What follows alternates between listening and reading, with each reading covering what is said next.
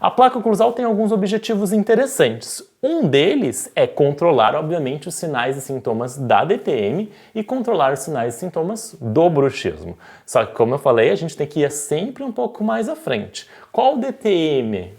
Uma DTM mais articular, uma artralgia ou uma DTM mais muscular? Depende.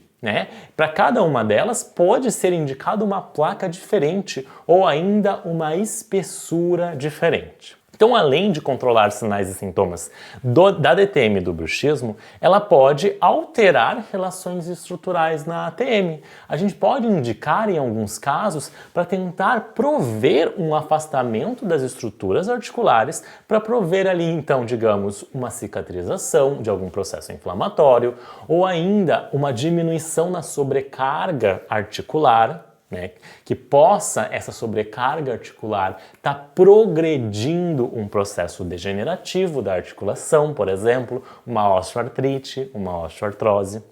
Ou ainda, a gente pode utilizar a placa oclusal para prevenir mobilidades dentais e também desgaste dental.